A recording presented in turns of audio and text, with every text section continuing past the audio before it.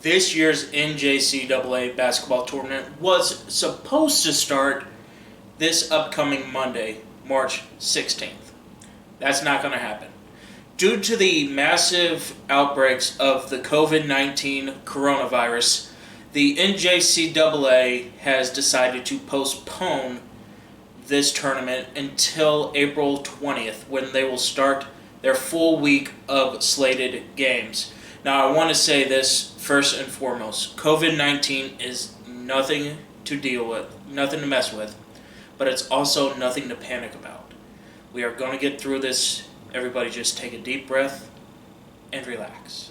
With that being said, last year I did a similar video to this regarding the top 8 teams of the 2019 NJCAA tournament, and I want to do it again for this year's tournament as well, even though it's not going to start for another month or so. This way you can get a good grasp of who these kids are and what this team in this tournament is all about. The top overall seed in this year's tournament is Pearl River out of Mississippi. They enter this tournament being the only unbeaten team at 28-0 going in. They beat Jones in the district final 75-62. They are shooting over 50% from the field and are averaging 85 points per game. This team was an 11 seed last year, and now they're the top overall seed.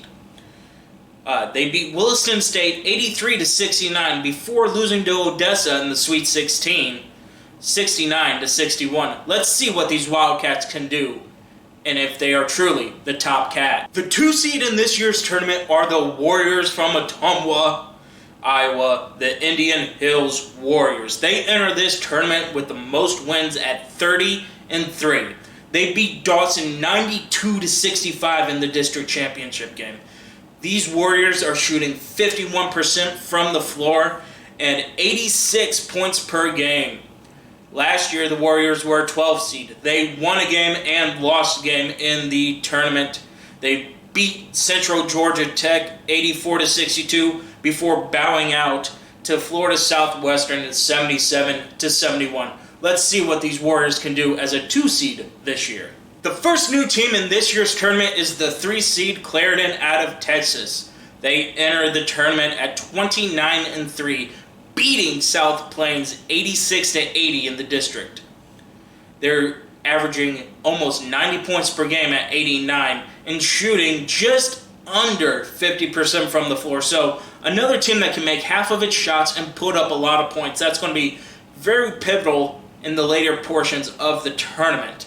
This is the first new team in the tournament. Last year they finished a respectable 19-12, and they lost to Ranger in the district tournament 85-70. Let's see what this new blood can install into the tournament. The 4 seed, while a new team this year, is not new to the tournament saga. Salt Lake Bruins enter this tournament at 29-4, beating Eastern Arizona 101-73 in the district championship game. Now, they're averaging 86 points per game, but this is the first team that is shooting under that 50% mark from the floor at 48%. Last year, they finished 20-9, and that's why this team likes to win. They lost to Southern Idaho, however, in the district championship 84-76. So they didn't get to make the tournament last year, but let's see what these Bruins can do. Well, the 5 seed in this year's tournament are the Volunteers out of John A. Logan College. The Vols finished 28-5 this year, beating the Trailblazers of Vincennes in the Central District Championship game 78-67. This is another high-flying team that's able to put up 80-plus points a night. They're averaging 87 points per game, and they are shooting a smoking hot 52% from the floor. The Vols just missed out on the tournament last year after losing 86-84 in that INA district tournament. And last year they finished at the record of 27-5.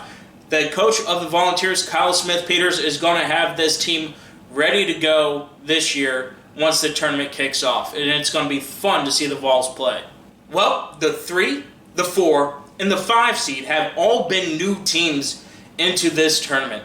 Let's go back to a team that we saw last year in the Florida Southwestern Buccaneers. The Bucks finished this year at 29-2. They lost to Gulf Coast State 75-68, making them the first at-large team in this field of 24.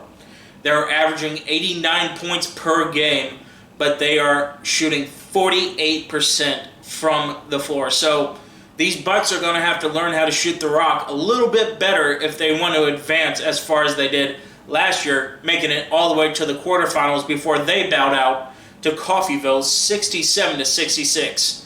Last year, they were a 5 seed. This year, they're a 6 seed. Let's see what the Buccaneers can do. The 7th seed in this year's tournament is USC Sakahachi out of South Carolina. They finished this year at 27-4, and they beat in Caldwell Tech in their district championship game 92-89 in a very close barn burner. This Sakahachi team is a high-flying team averaging 97 points per game. And they are not bad shooting it either. They are shooting at a smoking hot 54% from the field. This team is going to be a very hard out in this year's tournament if they don't allow the lights to be too much for them. Last year, they lost to Cape Fear in the district 79-73, finishing their year at 21-11. So once again, they had a very good year last year, just missing out on the tournament. This year, they're the 7th seed in the tournament. Let's see what these guys can do. And the 8th and final seed in this year's tournament goes to Gulf Coast State out of Florida.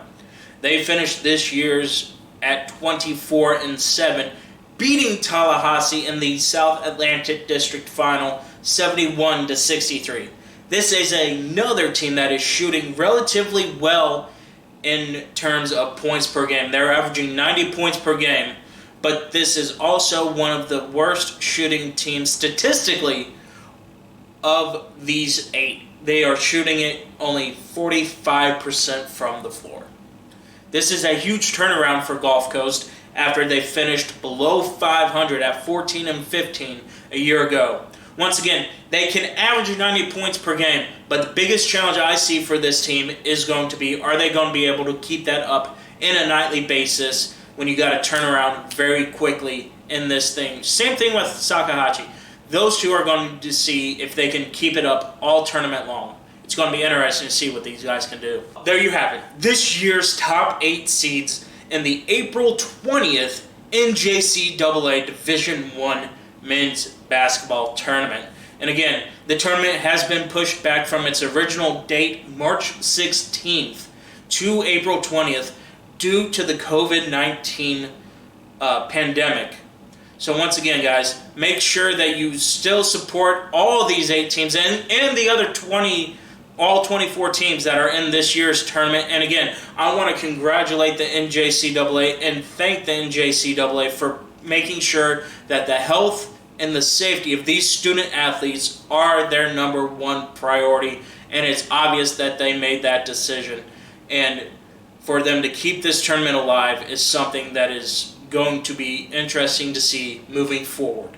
And again, please be careful out there.